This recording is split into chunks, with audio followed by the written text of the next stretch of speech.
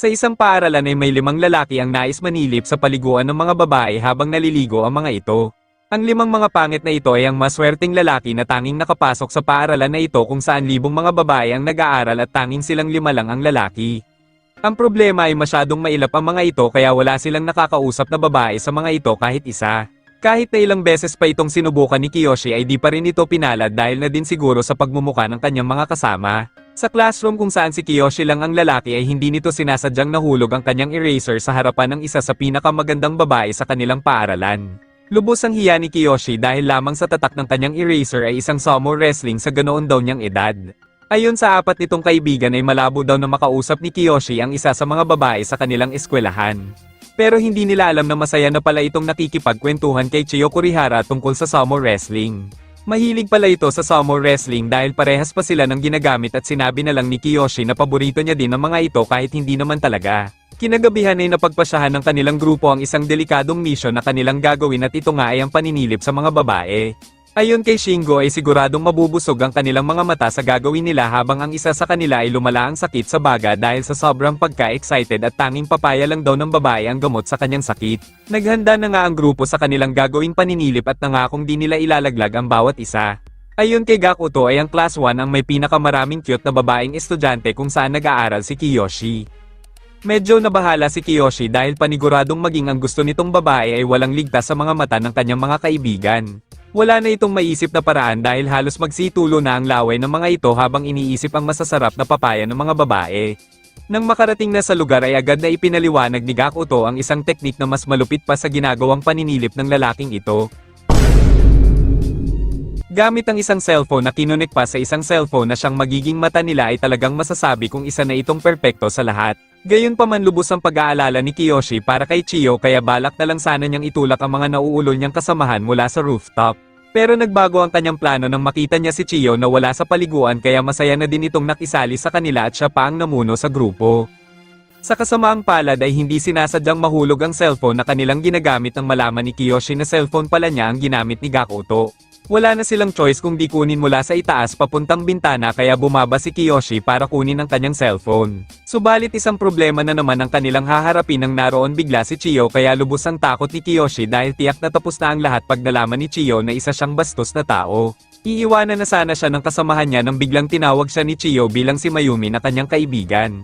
Umayon pa din sa kanila ang langit sapagkat malabo pala ang mata nito kaya napagkamalan siya nitong babae. Galit na galit ang mga pangit dahil si Kiyoshi ay makikita niya ang papaya ng mga ito sa personal habang silang 4 ay parang nanonood lang daw online. Napagpasyahan ng 4 na pangit na puntahan si Kiyoshi upang samahan ito dahil ang kanilang usapan ay ang para sa isa ay para sa lahat kaya kanila daw itong pupuntahan.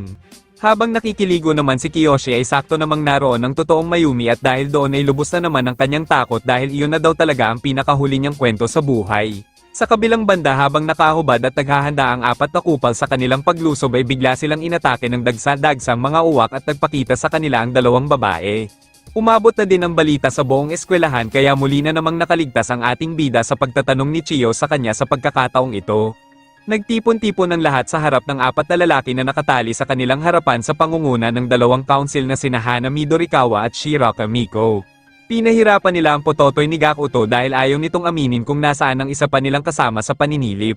Bilang tunay na kaibigan ay hindi siya nilaglag ni Gakuto kaya naman ang 4 ay tuluyan ng pinarusahan ng mga babae sa hindi nila pag-amin. Sa kasamaang palad ay tuluyan na din namang nahuli si Kiyoshi ng mismong president ng paaralan at ito ay si Mari Kurihara na blood-related sa gusto niyang babae na si Chiyo. Ang 4 na mga kupal ay tuluyan ng nahuli sa pamumuno ng mga council ng paaralan sa ginawa nilang paninilip pero ang masakit ay nasaksihan ni Chiyo ang buong pangyayari. Kinabukasan ay sinabi sa kanila ng student council na ang 4 nating mga manyakol ay makukulong ng 1 buwan at ito ay sa Mount Prison sa kanilang pangangalaga. Kung tatangkain naman tumakas ng 4 ay mas lalala ang kanilang kaso dahil ang bawat pagtatangka ay buwan ang madadagdag sa pagtatangka na yon. Gayunpaman ang kanilang ginawa kanila ding pagbabayaran sa pagtatrabaho at ang kanila namang pag-aaral ay di naputol ngunit nasa loob pa din naman sila ng kulungan. Balak pa sana nitong magreklamo ni Gakuto pero sakit lang sa katawan ang natanggap niya kaya wala na silang nagawa kung di sundin ang ipinapagawa sa kanila ng Vice President at tanggapin ang matinding pagpapahirap na ginagawa sa kanila nito. Kahit na ang kaibigan nilang may sakit sa baga ay hindi din naman nakaligtas ang sinubukan nitong ipagtanggol ang kanilang kaibigan at ang kanilang karapatang pangtao. Nahinto lang ang pananakit ng babae nang nagsalita na din si Kiyoshi sa panggugulpi sa kanila. Habang kumakain naman sila ay nagkaroon ng pagtatalo sa kanilang grupo dahil sa ginawang pagpigil ni Kiyoshi kanina. Gusto pala ng 4 na kupal na ito na pinapahirapan sila ng babae dahil sa kanilang kagustuhan na balang araw ay mahahawakan nila ang parteng katawan ng Vice President. Galit na galit sila kay Kiyoshi dahil sinira daw nito ang kanilang diskarte na minsan lang daw nila gagawin. Habang sinasaktan si Kiyoshi ay bigla namang nakisali si Gakuto at sinabing siya na lang ang saktan nito maging ang kasamahan nito ay nakisali upang sila ang saktan ni Vice President. Sinamantala naman iyon ni Mari at kanyang inutusan si Hana na isama nito ang 4 na pangit sa paghahanap ng halaman sa paligid.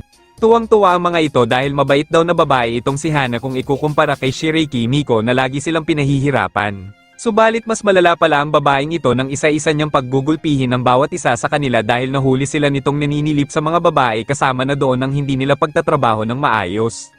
Ang kanila lamang pagpipilian ay ang magtrabaho na lang o magulpi ni Hana ng minuminuto bawat oras kaya pinili na lang ng 5 ang magtrabaho. Habang sinusubukang ibalik ni Kiyoshi ang maliit na ibon sa pugad na ito ay sakto namang nakita niya si Chiyo sa bintana. Natatakot itong humingi ng tawad sa babae pero tila ang babaeng ito ay kinulang ata sa utak sapagkat hindi daw siya naniniwala na kasama si Kiyoshi sa nanilip sa kanila kahit na nakita na naman niya ito. Samantala nakaisip naman ng plano ang 4 na pangit gamit ang halaman na ipinapahanap sa kanila ni Hana. Ang meaning daw ng halaman na iyon ay silang 4 kung saan dapat daw ay maging mabait ito sa kapwa niya tao.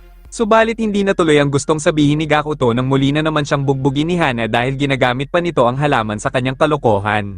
Pagkaalis ni Chiyo ay sakto namang naroon si Hana upang umihi ngunit wala itong alam na naroon si Kiyoshi na nagmukhang butiki sa taas ng puno at isang pagkakamali lang talaga ay tiyak na katapusan na niya. Sa kasamaang palad na wala ng kontrol si Kiyoshi nang dumating ang nanay ng ibon na naging dahilan kaya nahulog si Kiyoshi sa harap mismo ni Hana na umiihi sa mga oras na ito. Nabulabog ang lahat sa pag-iyak na yun ni Hana kaya naman agad silang pinabalik sa kanilang kulungan. Sa kabila noon ay supportado pa din siya ng mga kupal nitong kaibigan sapagkat nag-i-improve na daw si Kiyoshi kaya naman naging bayani pa ito sa kanilang grupo bilang dakilang manyakol. Nabalitaan ng chairman ng sobrang pagpapahirap sa grupo ng mga pangit kaya naman inihayag nito sa babaeng president na bigyan daw sila dapat ng bakasyon sa kanilang pagtatrabaho. Sinabi ni Marie sa kanila ang tungkol sa free time nila tuwing Sabado at Linggo kaya naman masayang-masaya ang mga ito. Samantala dinala naman ni Marie ang student council guidebook sa chairman at kanyang nakita na bukas ang computer nito na may bold video. Kaya pala naawa ito sa ating bida dahil isa din pala siyang manyakol mga idol. Nagulat na lamang ang grupo ni Kiyoshi nang sinabihan sila ni Mari na wala na ang pahinga nilang Sabado at Linggo kaya naman babalik sila sa dating gawain. Dahil doon hindi na matutuloy ang planong makipag-date ni Kiyoshi kay Chiyo pagkatapos niya marinig ang pagbabago. Nang dahil sa chairman nilang mahilig din ay nauwi ang lahat sa simula. Kinabukasan ay ginaisang sila ng Vice President upang gawin ang kanilang mga trabaho. Pagkatapos nila kumain ay naglinis naman sila ng banyo at sumunod ay ang pag-aaral nila ng kunwari bago ulit magtrabaho. Ibinato sa kanya ni Chiyo ang papel at sinabihan niya si Kiyoshi ang tungkol sa sumo tournament at kanyang sinabi sa kanya pumunta ito sa Saturday. Pagkatapos nito ay ibinigay naman sa kanya ni Gakuto ang papel na binigay ni Chiyo kay Kiyoshi at nalaman nito ang plano niyang pagtakas. Habang hinuhukay ni Kiyoshi ang lupa ay naroon naman si Hana para kausapin ito dahil pinagkalat daw niya ang kulay ng talaba nito sa buong eskwelahan. Tinanggi naman ito ni Kiyoshi dahil wala naman yon dahil hindi naman totoo ang mga sinasabi nito subalit di pa rin ito naniniwala sa kanya. Kung totoo daw ang sinasabi niya ay umihi din ito sa kanyang harapan bilang patunay na nagsasabi siya ng totoo. Nang ilalabas na sana si Pedro ay biglaan namang sumingit si Gakuto kaya hindi ito natuloy. Dahil nalaman ni Gakuto ang pinaplanong pagtakas ni Kiyoshi ay wala na siyang magagawa kung hindi saksakin sana ito. Pero nagulat ito nang sabihin ni Gakuto na tutulungan niya itong makatakas para makapunta ito sa sumo tournament dahil alam niya na mahalaga ito kay Kiyoshi. Magtatagumpay kayang makatakas si Kiyoshi pagkatapos malaman ni Gakuto ang kanyang binabalak o muli na naman silang mapaparusahan pa comment na lang sa ibaba kung gusto nyo ng part 2 mga idol at agad natin yang susundan. Nagkataon talaga na nasa magandang pwesto ang kupal kaya malaya niyang nakikita ang maumbok na tela ng babae. Gumawa na nga ng plano si Gakuto sa gagawing pagtakas ni Kiyoshi basta wag daw nito kakalimutan ng laruan na robot na kanyang pasalubong. Kinabukasan sa kanilang trabaho ay bigla na lang itong sinugod ni Gakuto kaya nagawa sila ng gulo. Naroon na naman si Hana para awatin ang dalawa kaya muli na namang naupakan si Gakuto na nagdulot ng pagkasira sa kubo. Matinding sakit sa katawan na naman ang kanilang nakuha sa Vice President gamit ang napakalaking pamalo nito habang ang tatlo nilang kasama ay walang magawa kung hindi mainggit. Pero sa kabila ng lahat ito pala ay kasama sa kanilang plano para mapalapit sila sa ginagawa nilang butas. Ang problema ay pinapanood sila ni Hana habang inaayos nila ang kanilang nasira kaya kinakailangan ng dalawa na mag-ingat. Napansin ni Gakuto na pilit pinipigilan ni Kiyoshi na maihi ito kaya sinamantala niya ang pagkakataong ito at ipinaalam ito sa babae. Ayaw niya sanang umihi pero agad itong pinayagan ni Hana para lamang masilayan ang kanyang tubo kaya kanya itong sinamahan papuntang banyo. Kahit ilang beses subukan ni Kiyoshi na ilayo ang kanyang pototoy kay Hana subalit ang biyaya na ang kusang lumalapit sa kanya mga idol.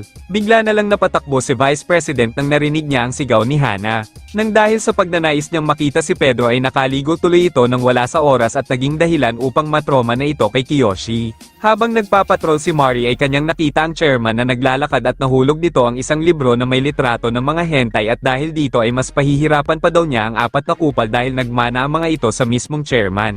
Ngayon ang nagbabantay na sa kanilang ginagawa ay ang mismong Vice President pagkatapos makita ni Hana ang San Pedro ni Kiyoshi. Sa oras ng kanilang pagkain sinabi ni Gakuto sa kanya na dapat nilang subukan ang ginawa nilang butas higit kumulang sa 1 oras. Nagpasya na ring magbago ang ating chairman pagkatapos makita ng kanyang anak ang kanyang mga bold collection.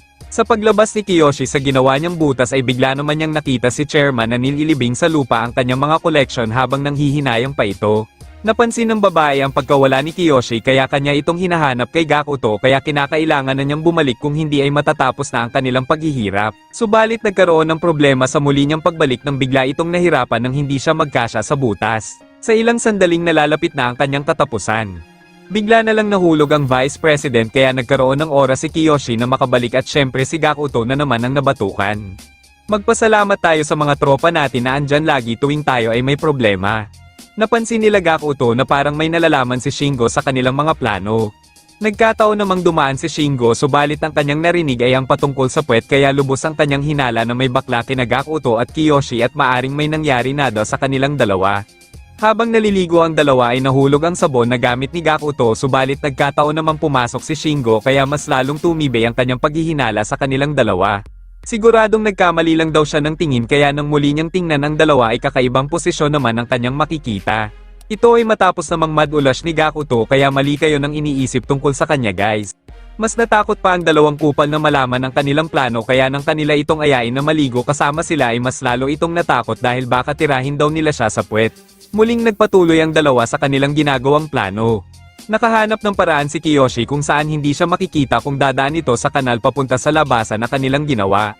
Habang sinusubukan niya ito bigla naman niyang maririnig ang usapan ng 3 kupal patungkol sa kabaklaan nilang dalawa. Ayon sa kwento ni Shingo ay kanyang nasaksihan kung paano paluin ni Kiyoshi si Gakuto gamit ang kanyang tubo. Hindi daw niya akalain na magagawa nila yon pero totoo ang kanyang sinasabi dahil nakita din daw niya kung paano ginawang barbecue ni Kiyoshi ang puwet ni Gakuto. Bigla namang dumating si Vice President ang pinabalik ang mga pangit sa kanilang ginawang trabaho. Nagkataon talaga na nasa magandang pwesto ang kupal kaya malaya niyang nakikita ang maumbok na tela ng babae. Pagkatapos nito ay tinanong naman siya ng Vice President kung bakit wala ito kanina sa kanyang trabaho. Depensa ni Gakuto na sumakit ang tiyan ni Kiyoshi kaya ito tumagal sa banyo.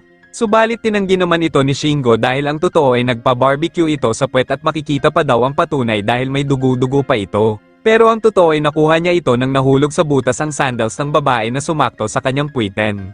Pinayagan sila ng babae na makagamit ng computer kasama ang mga babae sa unang pagkakataon subalit dahil sa kanilang atraso ay kinamumuhian sila ng mga ito. Tanging si Kiyoshi lang maswerte dahil mayroon itong Chiyo. Nais mag-download ni Gakuto ng T-Sound Effect bilang backup plan sa kanilang gagawin pero nabigo ito nang walang lumabas na resulta.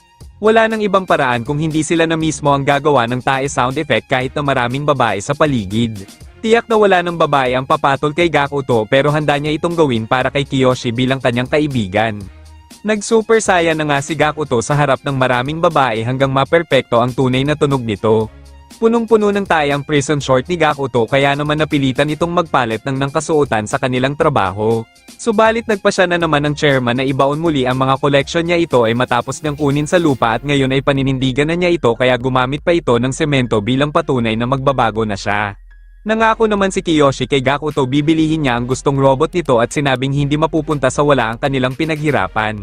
Nang biglang tinaakpan pala ng chairman ang ginawa nilang butas ng ilang araw kaya naman nauwi lang ang lahat sa wala. Ang dalawa ay nagkaroon ng pagtatalo kung sino ba sa kanilang dalawa ang may kasalanan. Ayon kay Gakuto ay ginawa niyang tanga ang kanyang sarili at sinakripisyo pa daw niya ang pantalon niyang napuno ng tae tapos mauuwi lang sa ganito. Sinigaw niya ito ng malakas sa harap ng kasama nilang kumakain kaya maging sila ay nagulat. Supportado naman sila ng tatlong kupal dahil inaakala ng mga ito na may problema ang dalawa sa ginagawa nilang pagmamahalan. Hindi naman magawang sabihin ni Kiyoshi ang kanilang plano dahil paniguradong makikisali ang mga ito. Dinamdam ng husto ni Gakuto ang nangyari sa nasira nilang binabalak kasama na ang robot na gusto nito makuha.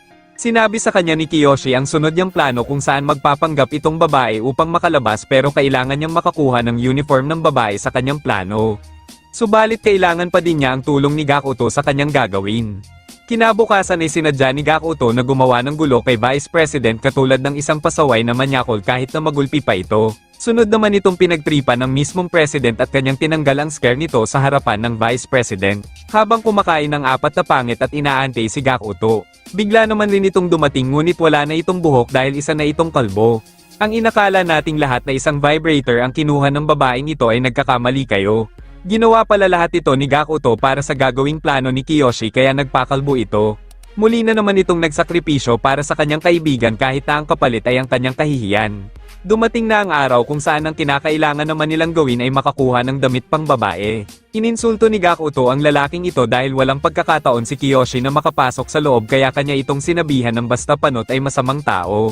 Matagumpay na nakapasok si Kiyoshi sa loob ng truck kaya matagumpay itong nakakuha ng damit na kailangan nila at matagumpay din na nakabalik sa loob ng eskwelahan. Ayon sa kanya ay sobrang tapang ni Gakuto para insultuhin ang lalaki kanina kaya nagpapasalamat ito sa kanya. Kahit na ang totoo ay nahihina ito sa kanyang salawal sa sobrang takot at kung hindi dahil kay Shingo na walang alam sa nangyayari ay napahamak na sana sila. Kinausap naman ng President ang Vice President at pinag-utos niya na mas higpitan pa niya ang pagbabantay sa kanila kung ayaw niyang pati siya ay maparusahan. Sa wakas dumating na ang araw kung saan free time ng mga babae na lubos namang kinatawa ng mga manyakol nating bida. Sa kabilang banda ay balak na din isagawa ng dalawa ang kanilang balak at pagkakataon na lang ang hinihintay nila. Pumasok si Kiyoshi sa banyo at iniwan nito ang speaker sa loob katulad ng nasa plano at sunod naman ay dumaan ito sa bintana papunta sa likod. Ang problema habang nagbibihis siya ay sakto naman itong nalaman ng babae kaya papunta ito sa kanya. Nang makalapit na ito sa kanya buti na lang kahit papaano ay nagmukha itong babae sa paningin ng President na inakalang isa siyang babae. Matagumpay na nakalabas si Kiyoshi sa kabila ng kanilang pinagdaanan. Samantala nagsimula ang babae na tanungin si Gakuto tungkol kay Kiyoshi dahil nawawala ito pero napunta ang lahat nang nakita nitong bukas ang kanyang zipper kaya napagbintangan pa itong manyakol nang wala sa oras.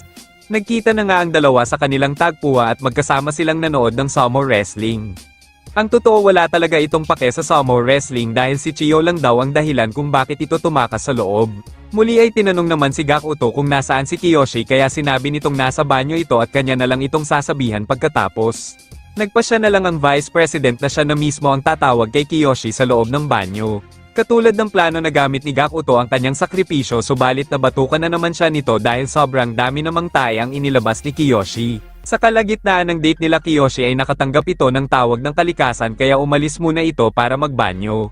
Sa kanyang pagbalik ay bigla na lang nagalit si Chiyo sa kanya at tinawag siya nitong basura tapos nakakadiri pa. Ito ay matapos niyang makita ang pangbabaeng damit na nasa loob ng kanyang bag at agad na itong umalis at iniwan siya. Umaasa si Gakuto na mabibili ni Kiyoshi ang robot na ipinangako niya habang si Kiyoshi naman ay tuluyan ng pinaghinaan ng loob sa pagtawag sa kanya ni Chiyo ng basura mga idol. Samantalang kasama naman ng Vice President ang dalawang pangit habang pilit nitong pinapalabas si Kiyoshi sa banyo dahil ilang oras na itong hindi nagpapakita sa kanya. Sa susunod na linggo na pala ang oras ng paglaya nila sa kulungan kaya kung hindi makakabalik si Kiyoshi ay lalo pa silang tagal doon. Tumagal ng ilang segundo ang paghihinala ng babae at maging ang ginawa nilang second option ay bigla na lang itong di gumana. Sa kasong ito ang tanging magagawa na lang ng babae ay puwersahang buksan ng pintuan para malaman kung nasa loob si Kiyoshi. Mabuti na lang at umabot sa oras si Kiyoshi at kanila itong nakita na umiiyak dahil pa din sa sinabi sa kanya ni Chiyo. Tuwang-tuwa naman si Gakuto dahil matagumpay na nabili ni Kiyoshi ang ipinangako niyang mga laruan subalit ang naging kapalit naman nito ay ang kanyang date na nauwi sa basura. Sa kanilang paglabas sa banyo ay bigla namang dumating ang President na magandang balita sa kanilang dalawa. Nalaman pala nito ang ginawang pagtakas ni Kiyoshi dahil pinost pala ni Chiyo sa kanyang Facebook account. Dahil kapatid ni Chiyo ang President at tatay naman niya ang chairman kaya inakala nitong nagpaalam si Kiyoshi sa kanyang pag-alis. Ito ang naging dahilan kung bakit nagalit pala ito sa kanya ay dahil nagpasalamat pa naman ito na pinayagan nila si Kiyoshi pero ang totoo ay tumakas lanag pala ito. Sinabi ni Mari Kurihara na nakakabata niyang kapatid ang gusto niyang babae na kanilang kinagulat habang ang tatlo namang kupal ay nalilito sa mga nangyari dahil walang alam ang mga ito. Makakalaya pa kaya sina Kiyoshi pagkatapos nilang malaman ng tungkol kay Chiyo o mas matinding pahirap ang kanilang haharapin pa. Follow at comment na rin mga idol kung gusto nyo ng part 3 at agad natin yang susundan kahit na mahirap mag-edit. Balak na naman pala nitong masilayan ng tarugo ni Kiyoshi dahil di pa din ito makaget over sa ginawa sa kanya nitong nakaraan kaya ito na ang pagkakataon niya. Sa pagpapatuloy ng kwento ay tuluyan ng mag-isang ikinulong si Kiyoshi sa isang maliit na silid. Napag-alaman pa na ang school uniform ni Chiyo ang saktong nakuha nito kaya ganoon na lang ang galit ng mga ito. Nagkaroon din ng pagtatalo sa kanilang grupo dahil hindi na nga niya isinama ang mga ito tapos nadamay pa sila ng walang dahilan. Sinabi ni Shingo na sarili lang ni Kiyoshi ang kanyang inisip nang dahil sa babae ay malalagay silang lahat sa problema. Inamin lahat ni Kiyoshi ang mga ginawa niya at kanyang sinabi na walang kinalaman ang apat na pangit sa kanyang ginawa maging si Gakuto ay di niya ito nilaglag sa kanila. Kahit na ganoon ay nadagdagan pa din ang sentensya ng apat na pangit maliban kay Kiyoshi na tuluyan ng pinalaya sa eskwelahan at hindi na makakabalik kahit na kailan. Di matanggap ni Gakuto ang pagpapatalsik kay Kiyoshi kaya bilang kapalit ng pagliligtas nito sa kanya ay nais niyang ipatulfo na lang ang mismong eskwelahan dahil ginagamit ng mga ito ang kanilang posisyon sa paaralan.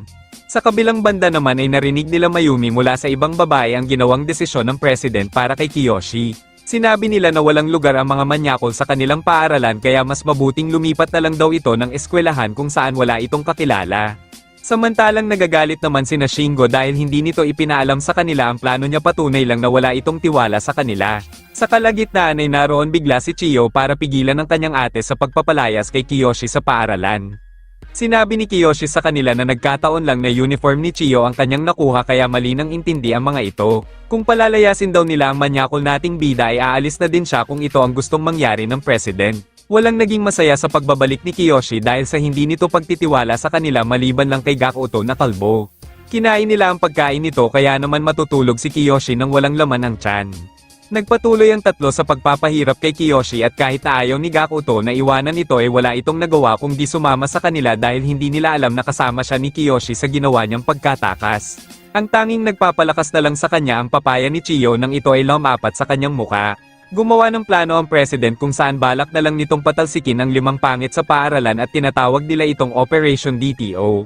Samantalang muli nang nakabalik si Hana kaya kabadong 20 si Kiyoshi dahil may kasalanan pa ito sa kanya. Kinausap siya nito dahil inakala niya na mabahong babae na siya dahil iniiwasan siya ni Kiyoshi pero agad din naman na itong umalis dahil wala yung katotohanan. Nag-uusap ang mga student council kung anong paraan ang kanilang gagawin para mapatalsik sa eskwelahan sina Kiyoshi. Papalisin nila ang mga pangit sa sarili nilang mga kamay kaya kanilang hahanapan ng mga ito ng dahilan na magpapalaya sa mga ito. Ginamit ng Vice President si Shingo para sa kanilang plano at sinabi nitong ibibigay niya ang lahat ng gusto nito basta sasabihin ni Shingo ang lahat ng mga plano ng 4 niyang kaibigan. Naging madalas na din ang pagkakaroon ng gulo sa kanilang grupo pagkatapos ng ginawa ni Kiyoshi at wala ding alam ang mga ito na nire-report ni Shingo sa council ang kanilang mga ginagawa kapalit ng mga pagkain. Nalaman nila ang tungkol sa pag-aalaga ni Joey ng mga langgam at ito ang naisip nilang paraan para sa una nilang plano. Sinadya ni Shingo na ilayo ito sa kanyang mga alaga at pagkatapos ay ipinakain nila ang mga ito sa maraming uwak at dahil doon ay tuluyan ng nagwala ang may sakit sa baga. Sinadya din niya na pigilan ito para makagawa si Joey ng isang kasalanan sa kanila para may magamit sila laban sa 4 nating mga pangit.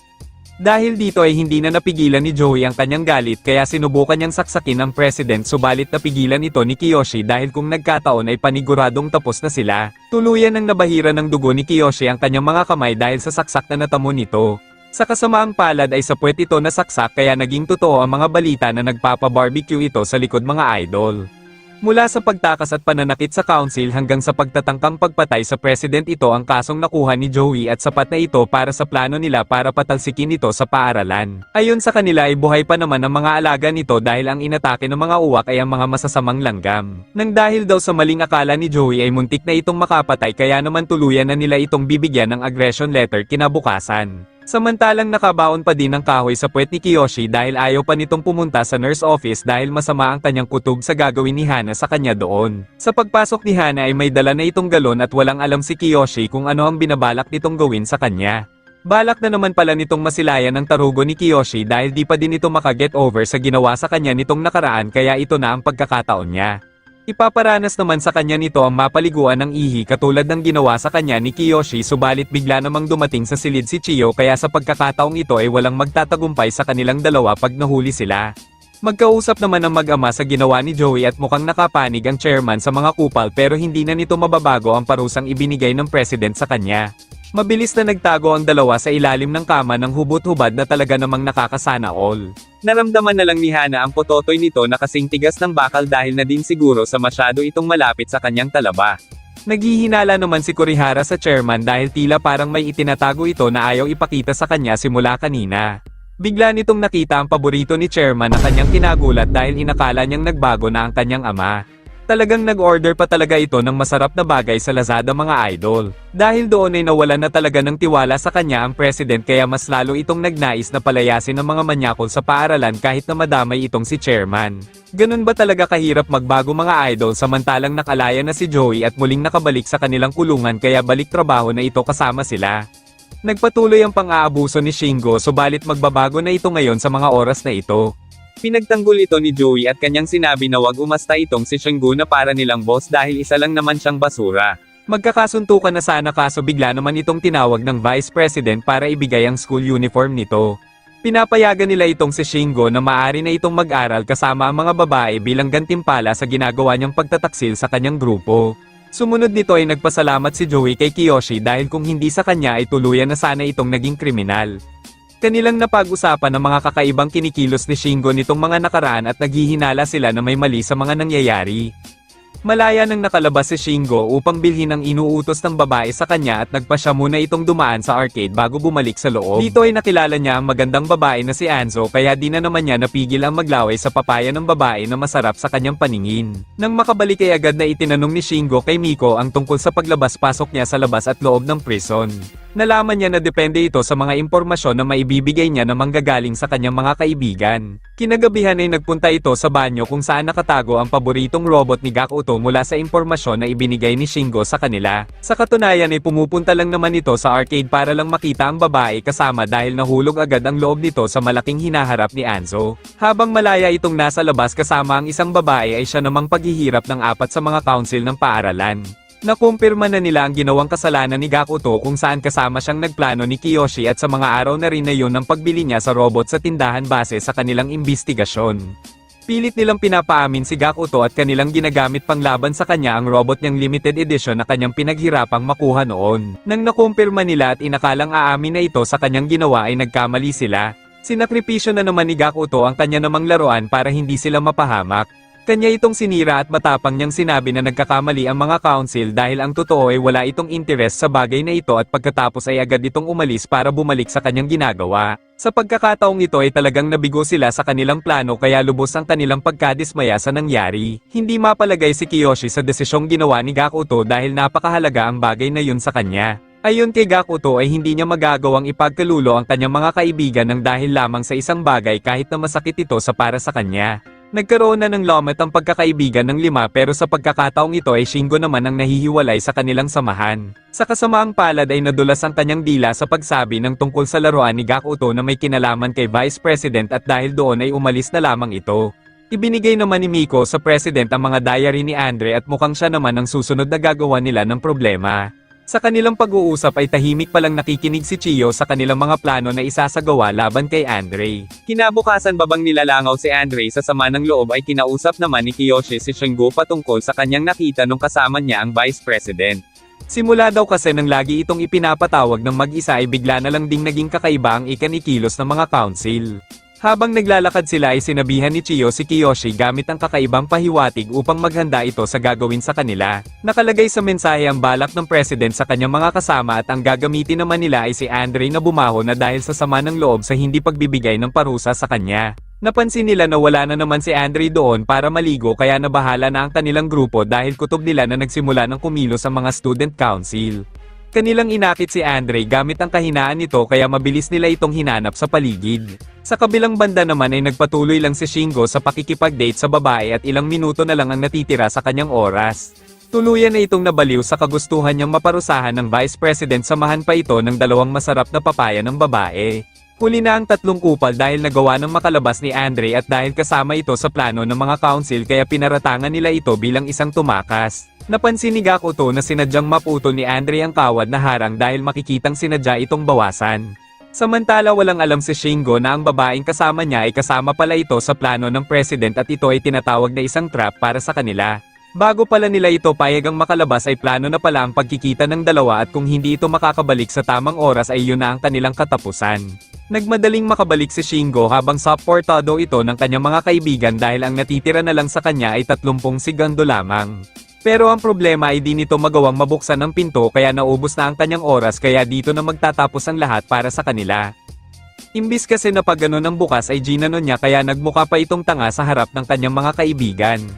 Sinabi sa kanila ng president na sa mga oras na ito ay expelled na silang 4 sa eskwelahan.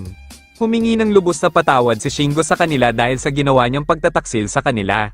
Agad naman nila itong pinatawad dahil matagal na din naman ang pinagsamahan nilang 4 sa mga kalokohan. Pagkatapos nito ay kanya namang pinagmalaki si Anzo sa kanila at sinabi niya na kanyang nahawakan ang makinis na papaya nito. Dahil sa kanyang mga sinabi ay sabay-sabay nila itong inupakan dahil proud pa ang mga kupal dahil nakahawak ito ng papaya at kaya naging bayani din ito. Kinabukasan ay ipinagdiwang nila ang kanilang naging tagumpay sa pagkaka-expelled sa mga manyakol at isang meeting na lang ang kanilang hinihintay para matapos na sila. Samantalang sa gitna ng mahalagang pag-uusap ay naroon si Chiyo para sabihin sa chairman ang DTO na sinagawa nila na hindi nila sinabi sa kanya. Sa kasamaang palad ay nadispatcha na rin nila ito kaya wala nang nagawa si Chiyo kung hindi humingi ng tawad kay Kiyoshi dahil wala na siyang magagawa pa. Tuluyan na nga kaya silang mapapatalsik sa eskwelahan o muli na namang magsasakripisyo si Gakuto mga idol. Pa-follow and comment na lang sa ibaba sa gusto ng part 3 para matapos na tayo at makagawa na ng panibagong recap na tulad nito.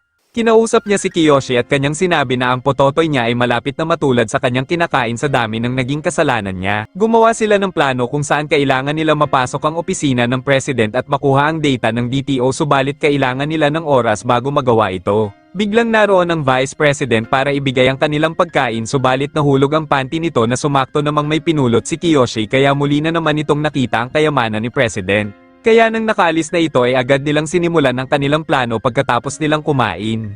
Napansin ni Gakuto na hindi sila gaanong pinagtatrabaho kaya mahihirapan daw silang makapasok sa opisina ng president dahil wala silang pagkakataon. Sinabi na Gakuto na kailangan nilang makuha ang susi mula sa babae sa pamamagitan ng pakikipagbunong braso nila dito. Gumawa sila ng ingay para makuha nila ang atensyon ng vice president at pagkatapos ay kanilang ininsulto ang lakas niya na sakto namang nakikinig ito sa kanila. Sinabi ni Shingo na wala itong panama sa lakas ni Andre kaya nagalit ito sa mga kupal at nagpa siya itong sumali sa ginagawa nilang bunong braso ayon sa plano. Nagpresenta si Gakuto na siya ang unang lalaban kaya nang magsimula ang dalawa ay nabalian agad ito ng braso kaya natalo ito tulad ng kanilang inaasahan. Ang sumunod na nakipaglaban ay si Kiyoshi pero habang nasa kalagitnaan ay natamba ang lamesa kaya nasubsob siya sa papaya ng president. Sa katunayan ay sinadya yun ni Kiyoshi para sa pagkakataong makuha ang pakay nila at gumawa ng anong bagay na magpapanatili sa babae para sa gagawin ni Gakuto. Tahimik na nagpunta si Gakuto sa opisina para kunin ang data na kailangan nila habang si Kiyoshi naman ay patuloy ang pag-aliw kay Vice President kahit na magkabali-bali ang braso niya. Ang problema ay medyo matatagalan si Gakuto sa pagkuha ng data dahil mahina ang internet kaya kinailangan ni Joey na irepresenta ang buto-buto niyang katawan para makakuha sila ng sapat na oras. Subalit wala din namang nangyari dahil wala naman tayong aasahan sa taong may sakit sa baga kaya wala itong hirap na natalo. Ang sumunod na lumaban ay si Andre na may buhok pa sa kanyang utong. Dahil dito ay hindi gaanong makapag-focus ang babae dahil sa utong ni Andre na may buhok kaya medyo nahihirapan itong talunin si Andre. Sa pagkakataong ito ay nagkaroon sila ng oras para kay Gakuto para makuha ang data kaya ganoon na lamang ang supporta ng iba dahil dito nakasalalay ang lahat. Nang nasa kalagitnaan na ng matinding eksena ay tuluyan na ding natalo si Andre na ikinabahala ni Kiyoshi. Ilang sandali pa ay napansin na rin ng Vice President na nawawala ang susi sa kanyang bulsa subalit sa huling sandali ng kanilang katapusan ay mabilis namang nakabalik si Gakuto kaya nakahinga sila ng maluwag. Muli na naman nating makikita si Chairman na kausap ang kanyang anak sa gagawing plano sa grupo ni Kiyoshi. Subalit nagalit na naman ito sa Chairman dahil nahuli niya na naman ito na nanonood ng kanyang paboritong palabas. Habang nagsasagawa ng susunod na plano ay naisip ni Kiyoshi na magpadala ng sulat sa Chairman para patunayan na wala silang kasalanan gamit ang nakuha nilang pruweba. Bagamat maliit lang ang kanilang pag-asa na magtagumpay. Sinabi ni Kiyoshi na gagawin nila ito alang-alang sa mga papaya ng mga babae na gusto nila kaya nagkaroon sila ng pag-asa. Dito ay kanilang hiniling sa Vice President na ipaabot sa chairman ang kanilang apela tungkol sa gusto nilang mangyari at pagkatapos ay lumuhad ang mga ito bilang pakikiusap ng maayos. Sa kabilang banda ay tuluyan ng nagkatroma si Hana tuwing nakakakita ito ng mahabang mataba pagkatapos ng eksena nila sa ilalim ng kama ni Kiyoshi. Gayunpaman ang ginawang apela ng mga pangit ay di pala ibinigay ng Vice President sa chairman kaya lubos ang kanilang galit at panghihinayang sa kanya. Sa ilang sandaling pagtatapos nila sa eskwelahan biglang dumating ang ating chairman para kausapin ang 5 kupal na nagmana sa kanya. Maswerteng nakita nito ang kanilang apela kaya wala nang nagawa ang babae kung hindi ibalik sina Kiyoshi sa loob ng kulungan dahil sa utos ng matandang mahilig.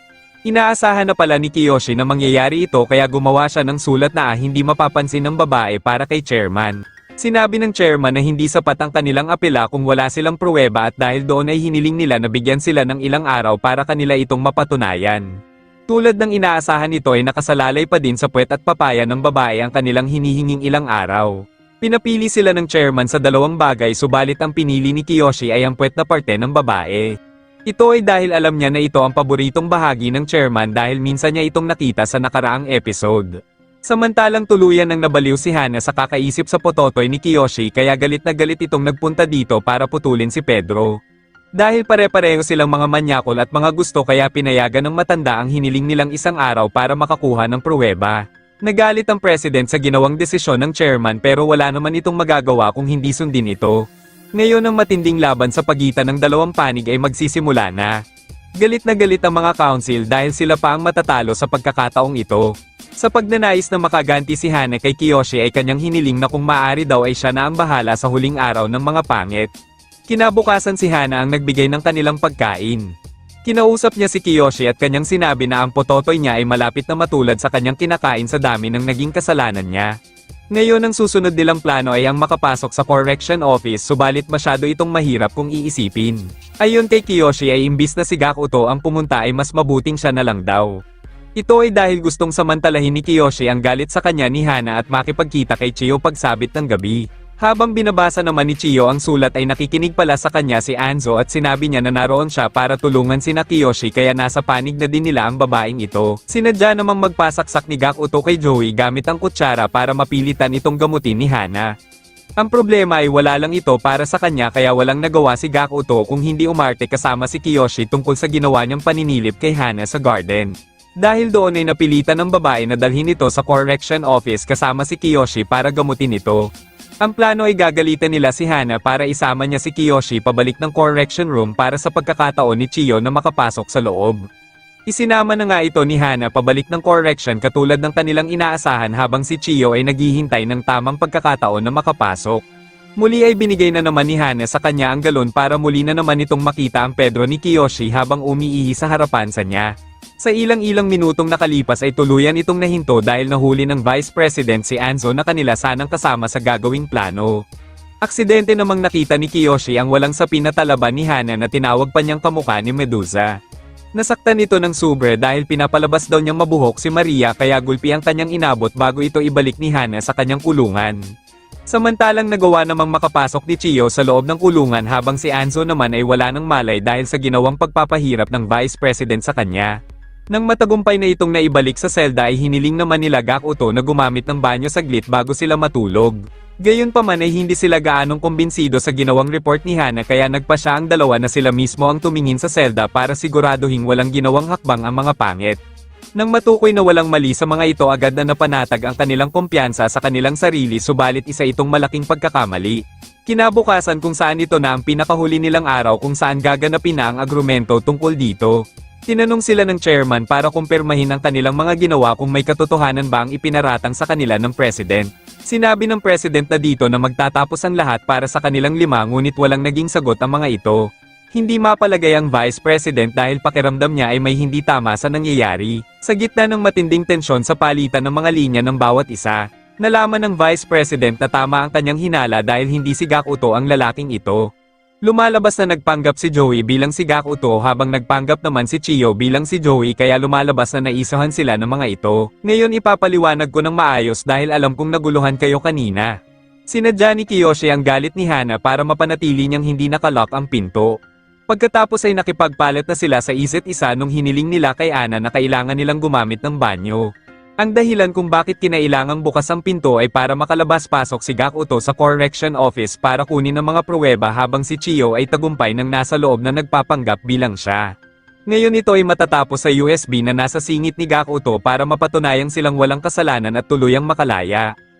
At dito na nagtatapos ang kwento ng magkakaibigang manyakol na ito at kung nabitin ka pa ay pwede mo ito mapanood ng buong buo idol.